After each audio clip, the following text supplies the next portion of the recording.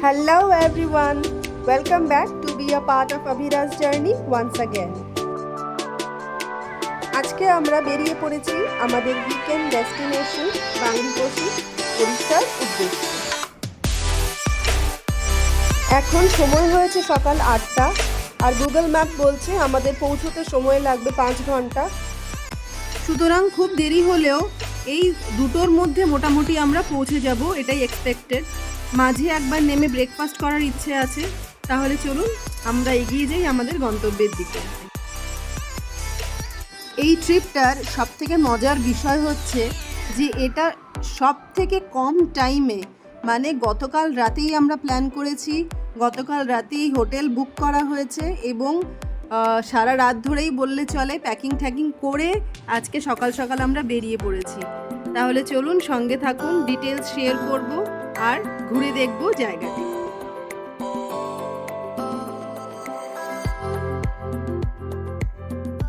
আমরা এখন রয়েছি কোলাঘাটে। সকালে ব্রেকফাস্টের জন্য নিয়ে নিয়েছি আলু পরোটা, লুচি আলুর তরকারি আর মিক্স ভেজ, সঙ্গে একটা স্যান্ডউইচ।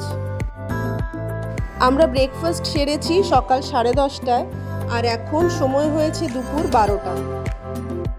গতকাল রাতের থেকেই বৃষ্টিটা শুরু হয়েছে, তবে এখন একটু কম।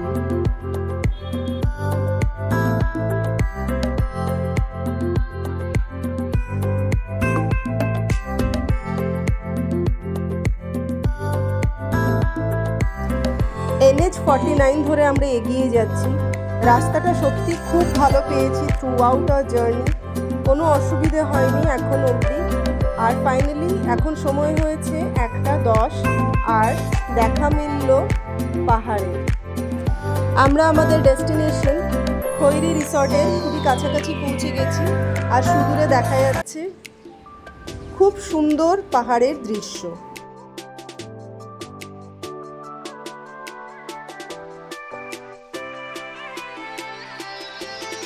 সো ফাইনালি আমরা এন্টার করছি খৈরি রিসর্টে। এখন সময় হয়েছে 1:20 আর আমরা একদম রাইট অন টাইম। রাস্তায় কোনো অসুবিধা হয়নি, ড্রাইভটা খুবই স্মুথ ছিল, খুবই ভালো ছিল। আর আমরা এখন খৈরি রিসর্টের পার্কিং লটে গাড়িটাকে নিয়ে ঢুকলাম।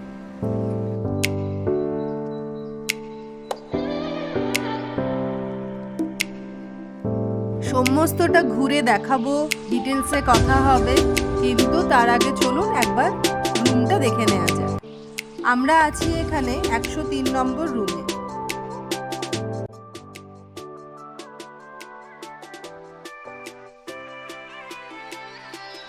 রুমটা খুবই বড়, রয়েছে একটি কিং সাইজের বেড, টিভি, এসি, ফ্যান আর বেসিক অ্যামিনিটিসগুলো সবই অ্যাভেলেবল।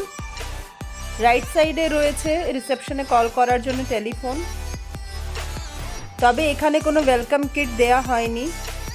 রয়েছে দুটো জলের বোতল, বাট সিলটা ব্রোকেন। লেফট সাইডে রয়েছে একটি ড্রেসিং টেবিল, এটা হচ্ছে washroom with geyser, basin and western toilet.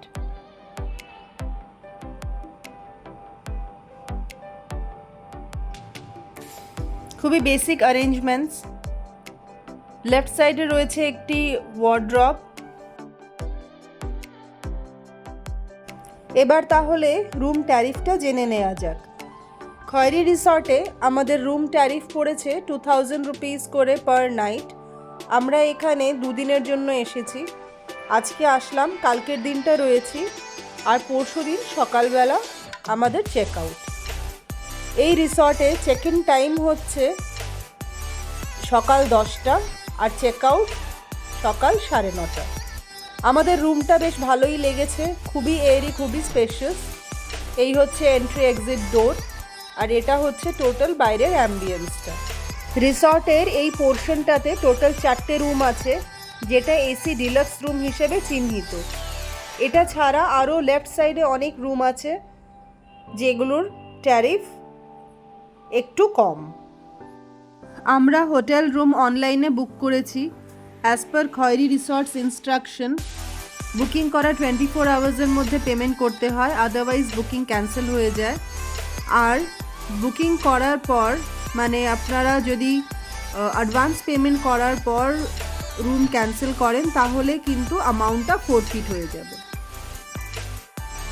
রুমে লাগেজ রাখার পর আমরা গাড়ি নিয়ে বেরিয়ে পড়লাম বাংরিপোষি পাহাড়টা একটু ঘুরে দেখব বলে। আমরা এখন বাংরিপোষি পাহাড়ের ওপরে আস্তে আস্তে এগিয়ে যাচ্ছি। আর এই যে দেখা যাচ্ছে এটা হচ্ছে ডুয়ার্সিনী টেম্পল।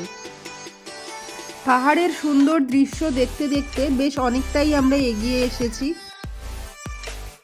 এই রাস্তাটা সোজা যাচ্ছে মুম্বাই।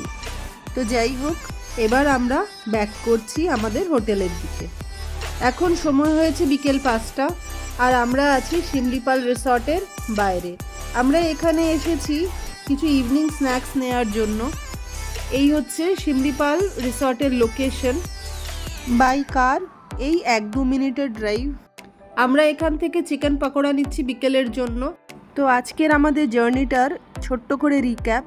আমরা সকাল 8টার সময় বাড়ি থেকে বেরিয়েছিলাম। এক্সপেক্টেড টাইমের মধ্যে আমরা বাংরিপোষি পৌঁছে গেছি প্রায় 1:30টার মধ্যে। দ্যাট ইনক্লুডস আমাদের ব্রেকফাস্ট করার টাইমিং। আমরা এসে নিয়ে একটু পাহাড় ঘুরতে চলে গেলাম। ফিরে এসে 5টা বেজে গেছে প্রায়, তাই আমরা লাঞ্চ করিনি। বিকেলের জন্য স্ন্যাক্স নিয়ে আমরা হোটেলে ফিরে যাচ্ছি। আর আজকে আমরা কোথাও সাইট সিন করতে যাচ্ছি না, কালকে সাইট সিন করতে যাব, নানান জায়গায় ঘুরবো আর আপনাদের সঙ্গে সমস্ত ডিটেলস অ্যান্ড ভিডিও শেয়ার করব। ভিডিওটি ভালো লেগে থাকলে লাইক, শেয়ার এবং সাবস্ক্রাইব করে সঙ্গে থাকবেন। আবারও খুব তাড়াতাড়ি দেখা হবে ভিডিওর পরের পার্টটা নিয়ে। ধন্যবাদ।